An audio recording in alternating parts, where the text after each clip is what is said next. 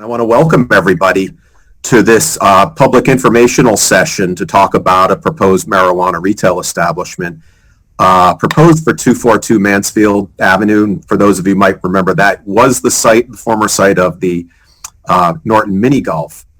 My name is Paul DiGiuseppe. I'm the Director of Planning and Economic Development for the town. I'm actually here just as your host. This is not a town meeting. It's actually being put on by the applicant, which is a requirement of the state's marijuana law provisions. My job, it basically is to ensure that any of you there have the ability to ask Andre any questions or have any comments. So there's a few things, before I turn it over to Andre, there's a few things that he will be covering tonight. He's going to talk about the type of marijuana establishment to be located at 242 Mansfield Avenue. He's going to provide information to demonstrate that the location will be maintained securely and that the steps that the company will be taking to ensure to prevent a diversion of marijuana products to minors. He will also be talking about the company's plan to make positive contributions to Norton. And also then he's going to talk about how the site itself, how it will not be leading to nuisances, particularly in the immediate area. And then again, also you have the ability to ask questions. My job will be to just direct that conversation, but it'll be between you all and Andre. So with that, I'm going to turn it over to Andre. Well, I should say his last name is Arzumanian. So Andre. You got it. Thank you so much, Paul. Thank you very much. And welcome everybody. Thank you so very much for joining today's community outreach meeting. As Paul mentioned, the point of today's meeting is to share a little bit about our plans at that site and also give you, the local community, an opportunity to get your questions answered and for us to hear anything that's top of mind for you. So let's get started. Actually, very quickly before we begin, I do want to share that we are recording this session per the state requirements. And so that is something that we have to share with the group. All right, let's get started.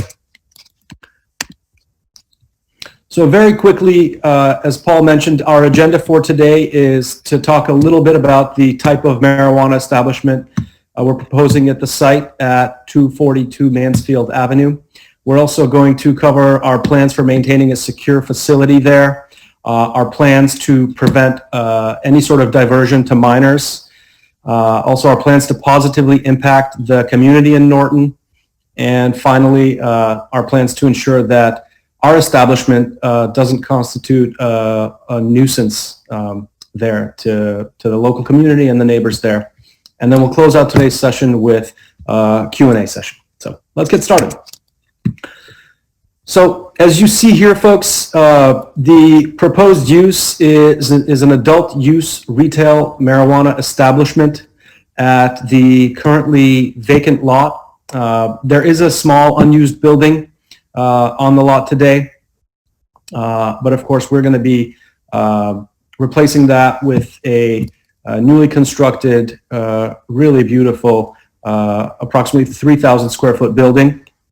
That site is located in the approved marijuana overlay district in town, and we believe it is a superior site with really great traffic flow and accessibility for folks to be able to get in and out of the site.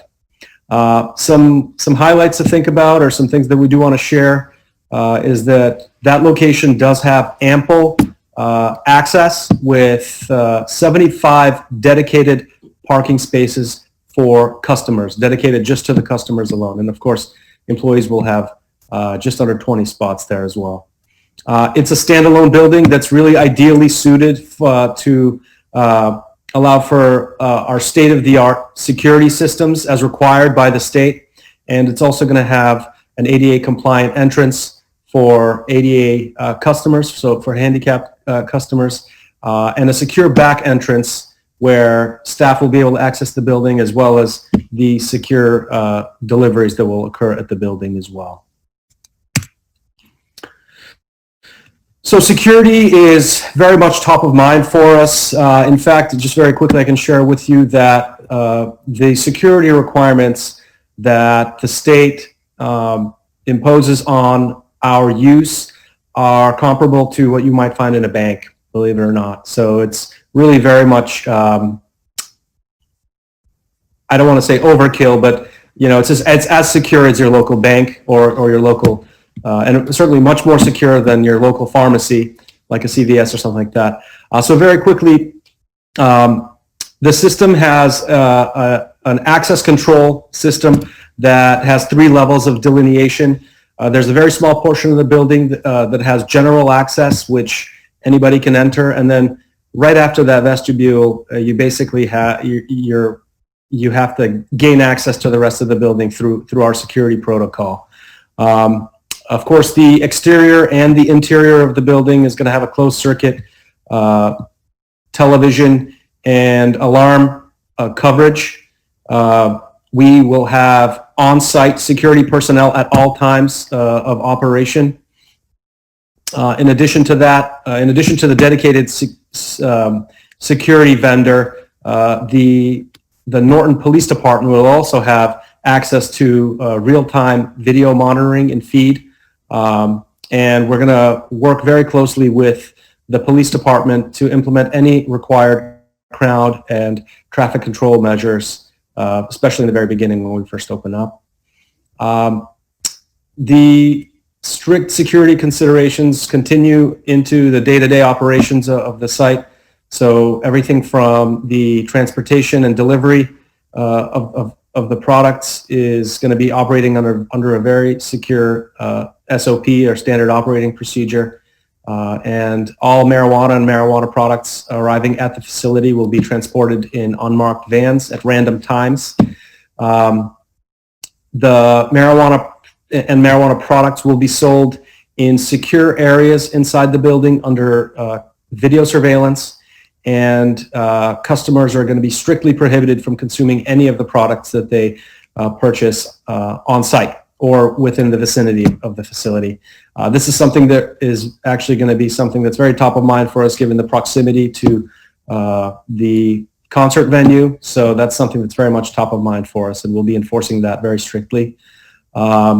As I mentioned, we'll have security on site during operations, and if necessary or applicable, security staff will be taking actions to enforce those very specific requirements on site, including getting the local law enforcement involved if necessary, but hopefully no. Moving on to our plans for prevention of diversion to minors. Of course, this is also something that's very important for everybody in our industry, and I'm happy to report that it's practically impossible for minors to be able to get their hands on the products in our very secure facility. So, as previously mentioned, we do have very strict access control procedures, and customers enter through a secure vestibule area and actually have to have their identity and age verified twice before they can complete a transaction. So the first time at the vestibule area and the second time during any retail transaction. In addition to that, our training mandates that associates are educating the consumer about the safe transportation, consumption, and storage of the product once it's taken off-site. And we will also have visible signage that reminds consumers about the legal consequences of diverting products to minors. In addition to that, we actually have to abide by strict requirements as to the permitted amounts that we are allowed to sell by law to each customer per retail transaction session. So this is actually something that is monitored and maintained through our point of sale and ERP infrastructure. And of course, customer identification is going to be a very important part of that as well.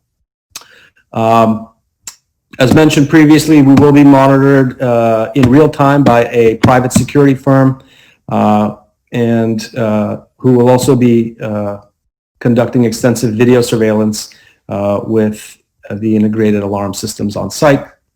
Also, as mentioned, we will work with local law enforcement to ensure that the security system we have in place meets and exceeds their requirements, and gives the local police department access to those feeds as they so require. And finally, any marijuana and marijuana products will be located in locked, secure vaults under constant video surveillance on site. So any movement of product is going to be under video recorded surveillance that by law we have to keep for, I think, a minimum of 30 days. So, moving on to our plan for our positive community impact in town. So we very much look forward to partnering and working cooperatively with the town of Norton. We like to think of the benefits to the community along these dimensions. The first one is in terms of job creation. So operations coming to town will create many dozens of full-time and part-time jobs. It's actually just under 40 in Norton. And in addition to that, any sort of third-party vendors or service providers that we use will be prioritizing local vendors and businesses for those services as well.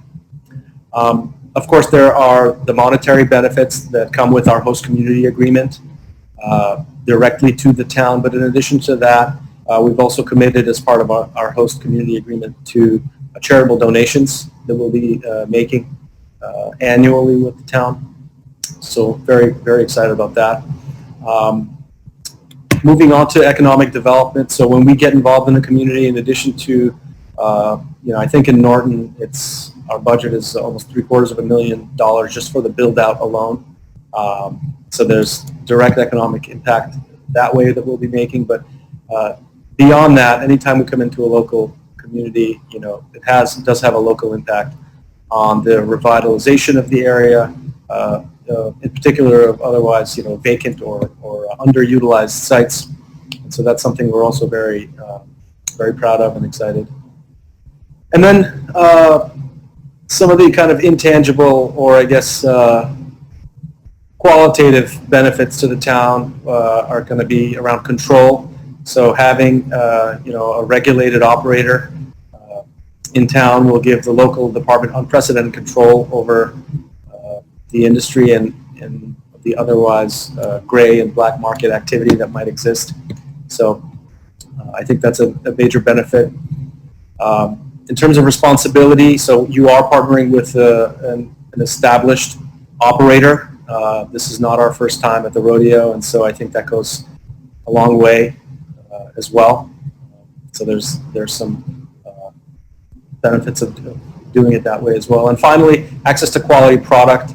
This is something that I think is also very important, and not many people are talking about this, but having a regulated establishment in town will give the local consumers that are looking for alternative therapy and wellness products access to high quality, tested, regulated product where folks don't have to worry about what's in the product, or it's going to be very explicit in the labels on the products there. So we can move on. Plan to not be a nuisance. This is something we also take very, very seriously, and in fact are looking very much forward to working cooperatively with our neighbors and the town to ensure that we're operating as a responsible and contributing member of the local community. We are particularly proud of working hard to establish a respectful and more importantly, a transparent relationship and process with all of the stakeholders in our local community. So in terms of what you can expect on that front, our retail staff and security personnel will undergo rigorous training to abide by our very explicit standard operating procedures to ensure that customers do not become a nuisance by causing unnecessary traffic delays or consuming products on site or anywhere in the immediate vicinity of the site. Of course, none of the products are going to be visible from outside of the facility. This is something that's a requirement. No odors will emanate from our establishment at that site, so we are just a retail establishment there, so you can think of it almost as a high-end boutique or a Starbucks. So we're not doing any cultivation or production at that site, so there won't be any odors associated with our site there. Something that I think is very important is that all of our neighbors in the area will be giving direct contact information for our general manager as well as myself, and we'll be available 24/7 to address any and all issues that may arise. And that's something that I'm giving you my personal guarantee on as well. We don't anticipate anything, but in case anybody wants to get a hold of us, they will be able to do that. We're very much committed to being good and proactive neighbor in the area, both to the local businesses as well as the residents of Norton, and again are dedicated and committed to addressing head-on any issues or concerns or feedback that the local community may have for us, and look forward to working with the local community to be a contributing member of Norton. So that's all I have, Paul, for the agenda today. Looks like we're about a 15-minute presentation. At this point, we can open up the session for Q&A from folks, from attendants, and I'm happy to field any questions or issues that folks want to talk about.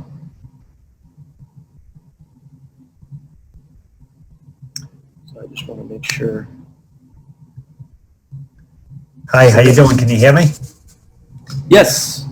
This is Jamie Lagore from New England Ice Cream. And Hi, Jamie. First off, just want to say, welcome to the town of Norton. It's a great town to be a great community to be a part of, and we'll be next door neighbors. Thank you very much. That's right. I'm looking forward to maybe coming by and trying some of your ice cream. Absolutely. So just interested to hear a little bit more about the plans. Obviously, Mansfield Ave is a very busy road.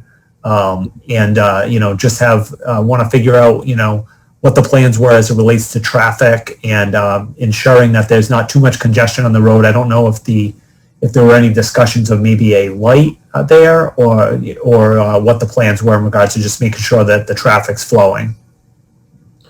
That's a really great question, Jamie, and it's something that is actually top of mind for me whenever we go into new sites. So the really great thing about that particular site is it's sort of a blank canvas, and we're going to be developing it from scratch. And so very high on our list is making sure that the decisions we make around the site work and ingress and egress into the site, as well as the maneuverability of the site itself, is basically optimized around traffic in and out. So that's something that I can promise you. I don't know of any plans for a light right there, but the other thing that we typically do when we go into a new location and out of the gate is we work with the local police department and maybe get some security detail in the very beginning, because we do anticipate higher than usual interest levels and traffic in the very beginning. So we'll be working with the police department to make sure that that we've got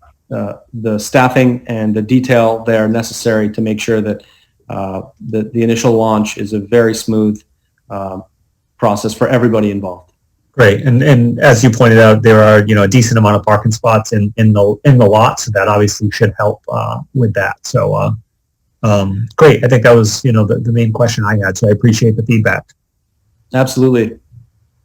Thank you for your question.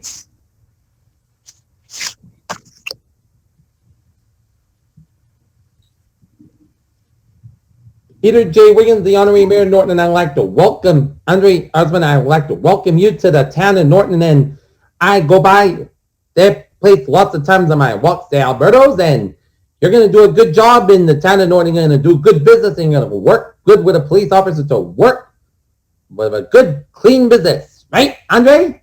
Absolutely, Peter. Thank you so much for that. I'm the Honorary Mayor, Peter J. Wiggins. Yep. Of course. No, I know. We've met multiple times, Peter. I want to tell you that you do a terrific job as well, and I'm looking forward to working with you as well. Thank you. Yeah, thanks, Peter. You're welcome, Paul. Anyone else have any other questions?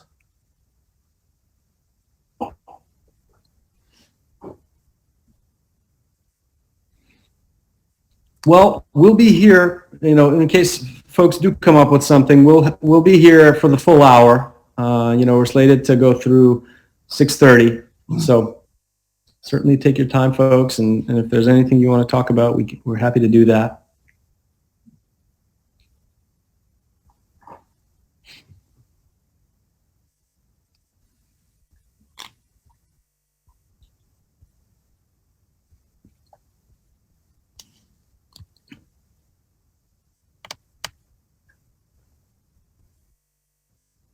So Andre, does the state require the full 1 hour be available, or?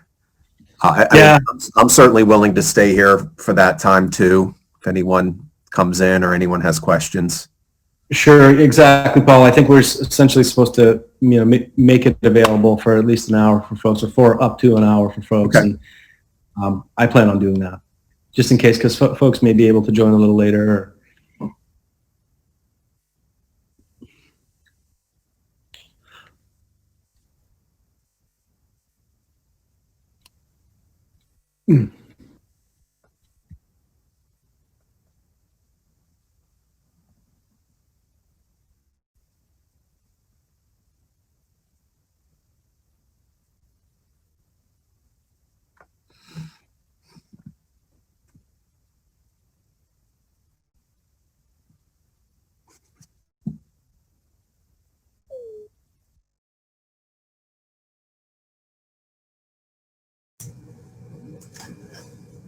Andre, one other question. This is Jamie Lagore from New England Ice Cream again.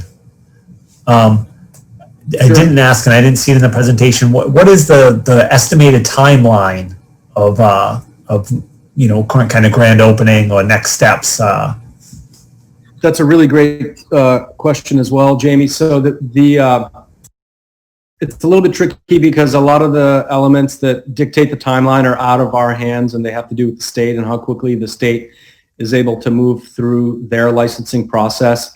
Our best guess today is that, tentatively we're talking mid to late fall of 2021 is our tentative grand opening date, provided that, the state does what they've said they would do in terms of their licensing process.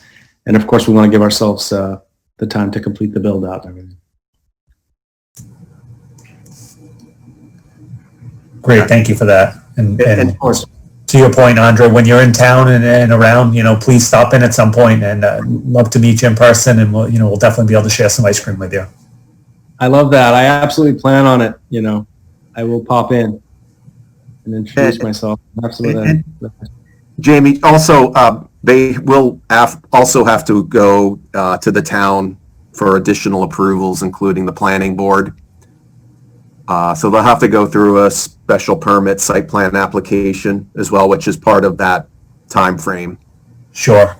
And that'll be a publicly noticed public meeting. So abutters with property owners within 300 feet would get it. We would have notice in the local paper, and then we would have all the material related to those plans. We'll have them posted up online as well. That's a great point, Paul.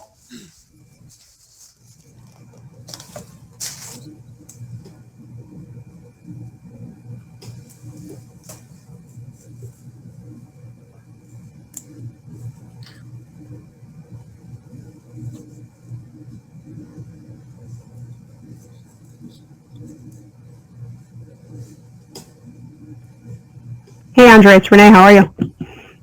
Hey, Renee, I'm doing terrific. How's your evening going? It's going great, thanks.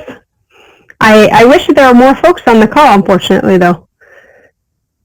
It's tough. It's actually pretty impressive. We've had a better turnout than I thought we would. But I guess it changes, right? 2 years later, when retail establishments are opening up, people don't care as much as when the first one did, right? yeah, the novelty seems to have worn off. Yeah. But But like I said, I'm really glad to see the engagement we're getting here, and actually very happy to have met Jamie. So now I have a reason to stop in and get some of that ice cream. I know. I think I might have to piggyback on that too. Hey, Andre, I came about a minute late. Did you talk about the hours and the days that you'll be open? So we did not get into that. Let me pull up the details for you on that. Can you bear with me for just a second? Sure, I can bear with you for 35 minutes if you want. Oh, yeah, tell me about it. Let's see here.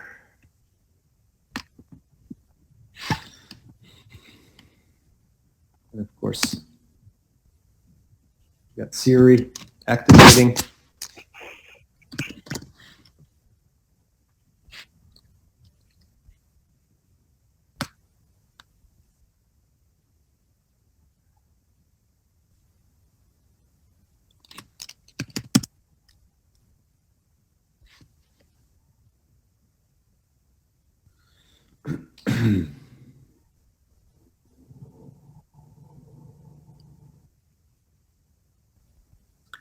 So I've got them here. So our proposed hours of operation, Renee, are Monday through Sunday, 9 a.m. to 10 p.m. So it's a pretty simple set of hours to remember. Excellent, great, thank you so much. Absolutely, but of course we'll work with the town, and you know, if folks want to provide some feedback on some other ideas they have around that, we're certainly open to that and can work with you guys. But those were our proposed hours. Is that typical at some of the other places too? Yeah, I think so. I mean, I think if anything, ten's actually really a little bit later. It's a convenience factor, but that's pretty comparable to what you see in other places. Got you. Yeah.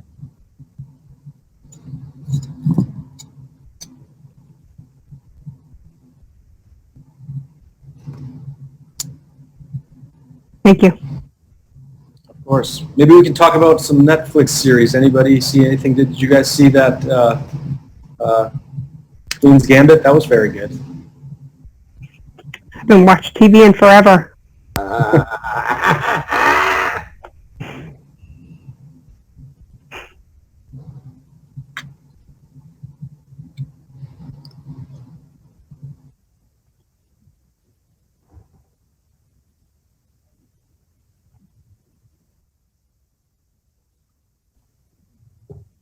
I'm going to go dark because I think the kids are about to come into my office.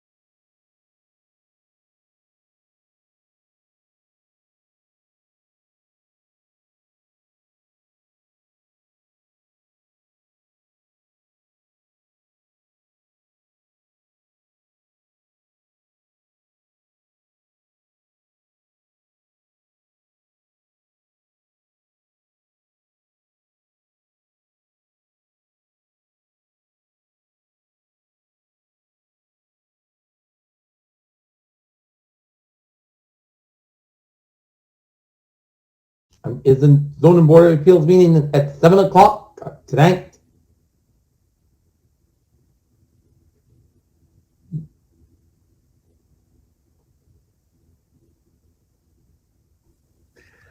Yeah, Peter, we are meeting at 7 o'clock on a different channel. But you should have it. If not, you can always go to the Zoning Board of Appeals webpage and you can get a direct link from there. Thanks. We're starting promptly at 7. 7.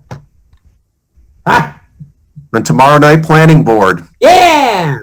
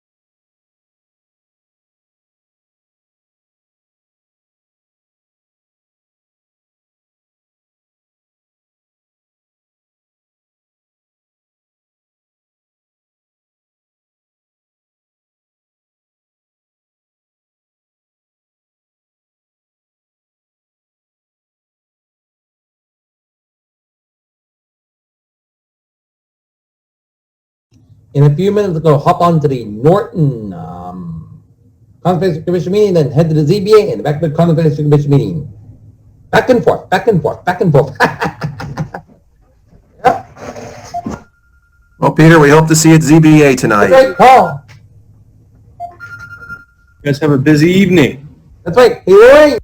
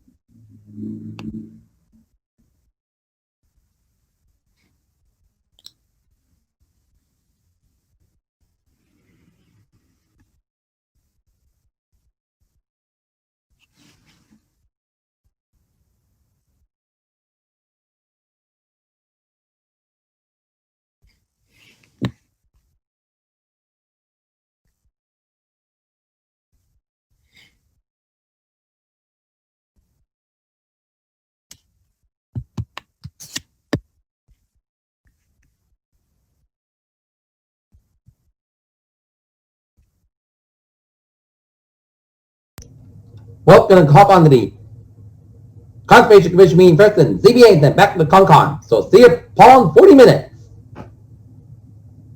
See you, Paul.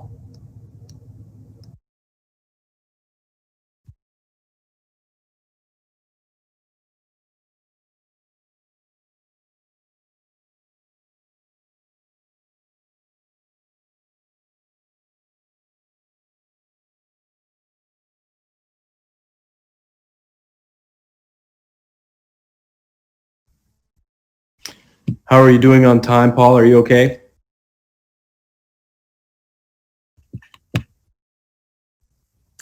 Yeah. Yeah, 6:30 will be fine. Give me a few minutes and then I have to, start doing some setup for the 7 o'clock, but we're good. Great. But yeah, obviously, if you have to duck out a little early, it's not a problem. I can close it out. no, 6:30 is just fine. I'll just wait. I'm doing a couple other things while I'm waiting. So, That's great. and then we'll just coordinate with you offline about the other things as they go forward. Yep.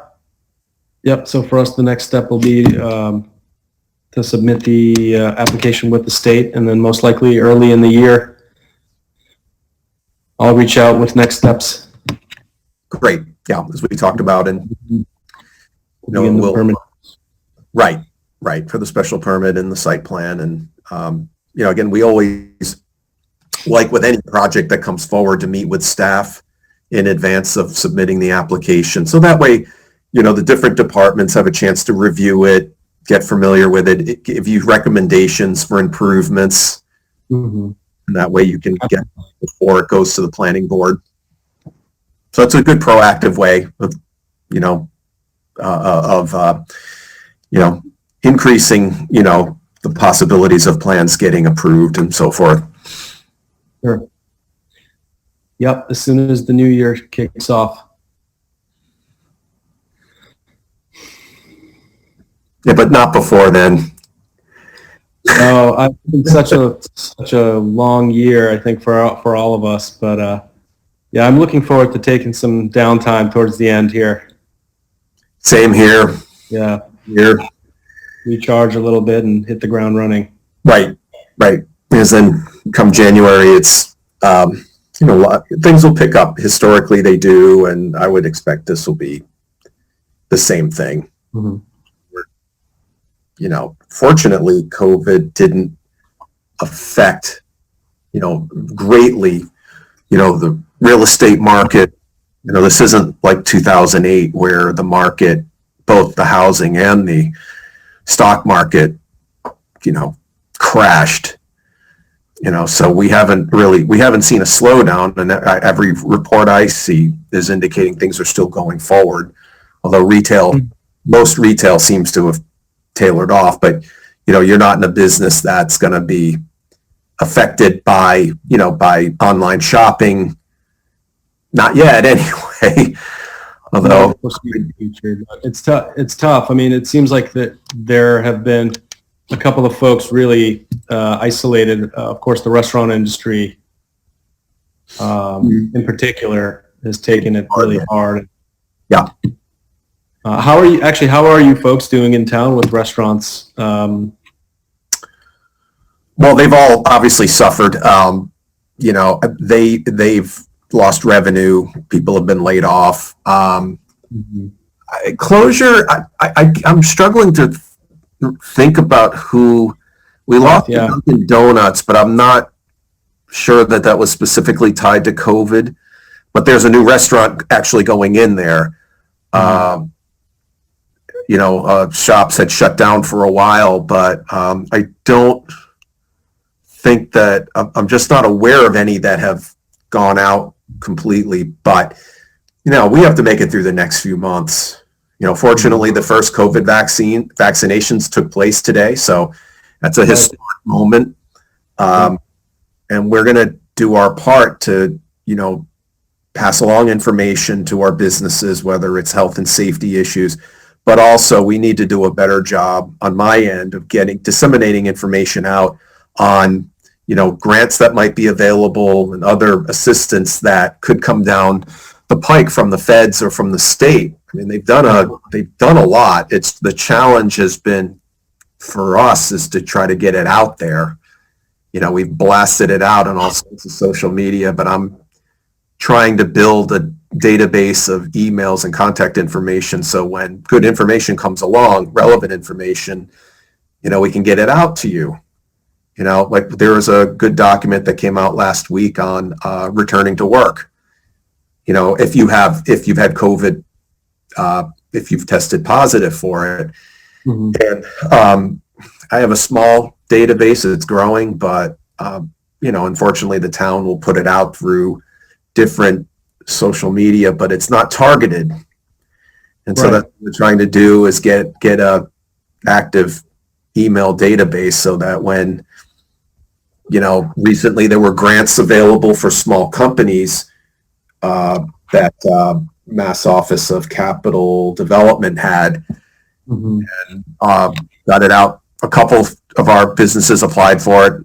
They haven't, last week I checked and they hadn't received anything yet, but we need to really up our game and help the businesses out with just going forward. To be able to, anytime good information, good resources come along, that we just send a, periodic email saying, check out this resource, or whatever else it might be. Plus we need to figure out ways of helping boost market our local businesses. So the good news is we're updating. We're actually in the process of updating our economic development page. fact, I expect a deliverable this week from a company that we're contracting with that will help us with that. And then I've just applied for a grant through the state for, this was along our West Main Street corridor, because that's where most of our restaurants are, to do a number of things from, it's a grant that'll give us a consultant to put a plan together, an immediate, response plan to help with things from creating more outdoor dining to, I've asked for marketing. How do we better market the businesses and then also communicate with them? So that's a positive. And it's, we can take that, obviously we'd focus on that corridor, but some of those might be applicable to the entire town. But we don't know if we'll get it, although they think of the Well, I state. think it's terrific that you're proactively doing that. I don't know that many local municipalities are, but I think that's terrific. Oh, they are. Oh, it's so competitive. Hi, Renee. Hey, Renee. Hi. I was just letting you guys know I'm going to drop. Okay. We have just a minute left. Thank you so much, Renee. Great to see No, you. thank you. Appreciate it. Happy holidays. Happy We'll holidays. see you Wednesday. Yes, Wednesday. Thanks, Paul. Bye-bye. Bye. But no, a lot. It's been we've applied for a lot of grants this year, gotten nothing on my end. Yeah. And it's largely that More more. usually like state programs. Yeah. Yeah. Yeah, for different sources of funds, and it's just that the towns are really going out after it. So Sure. the good thing is Massachusetts is a very proactive state in terms of providing technical assistance and also money. The challenge is the needs are greater than what they're offering. And I don't blame anybody on that. It is what it is. So fortunately, this technical assistance grant for consulting services, they think a very high percentage of applicants will get it. But I'll believe it when they say congratulations. Sure. And I can see a lot of benefit from having a consultant like that that's doing a lot of that from one municipality to the next. I'm sure they can bring a lot of insight that of what's working. And Right. Well, that's what we want. yeah, Get an expert in here, give us some more, boost our bandwidth, basically. We're just a two-person shop, myself and an admin, and these bigger projects need more resources on it. So we'll get that and, see what they come up with. They'll know our situation and hopefully come up with some very workable actions that we can, and you have to immediately apply them. Sure. These grants are very, get them in the ground now.